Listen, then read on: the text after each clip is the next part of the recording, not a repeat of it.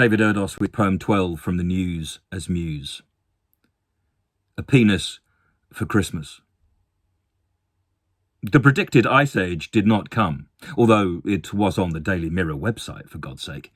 And while reactions to news can't be sacred, as there is no gospel truth to these times, the chill still persists when considering the scourge of B. Johnson, a former euphemism for penis, who would fuck in a foul way to turn what language we have to bad rhymes.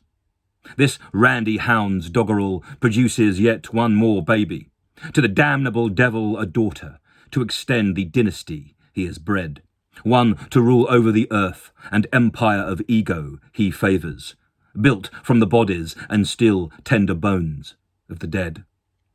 He's been a joke for so long, everyone knows the punchline, and yet they still tell it, while not swapping told tales for the fresh.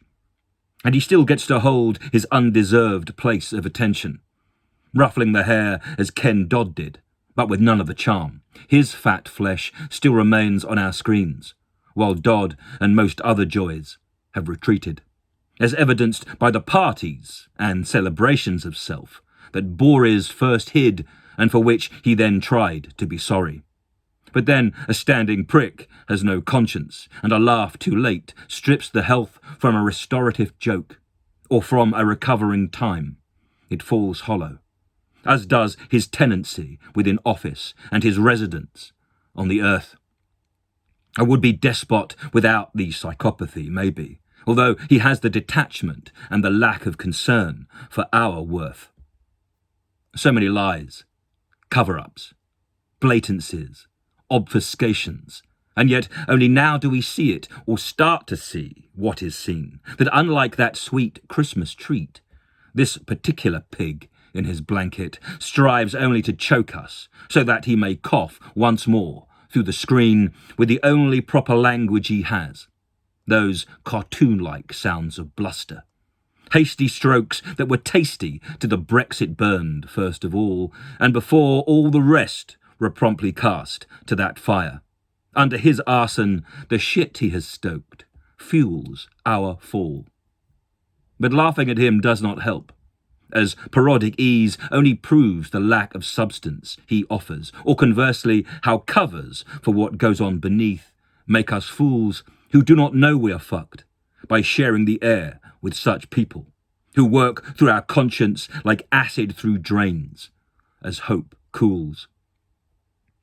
His numbers slide as his pink knuckles tighten. What will he do? Breed more babies to give the gullible public headlines while the party and parties go on, with or without our suspicion, and the PM as penis makes a post-mortem of sorts, as fears climb. Omricon, Babylon, which is to be our next destination? And who's there to guide us, this one-eyed trouser snake, or an Eve, or guileless Adam perhaps, swayed by yet more temptations? Or will there be Noahs with better ancient tales to believe? The woke will know, but what will they do to right them? Stoke revolution, or fund a currency of care we have lost, that will invest in new worlds, requiring new recipes and concoctions? Perhaps in cuddling up with the quantum, the price of an alternative Earth is our cost. All we need do is stop, knowing that somewhere else it continues, where men like him and the women or the less than human crew on his ark will not sail over us. Instead, they will be held accountable for their voyage, and where the proper paradise we are seeking does not become their theme park. This particular prick must be kicked, not into touch, but to darkness, both he and his cronies, because of what it is they have done, which is to strip out the sense from even the idea of survival. He is the real immigrant on her island, as Johnson and Patel make hell home. It's where they want to roam and rule all, along with whoever else stains the sacred.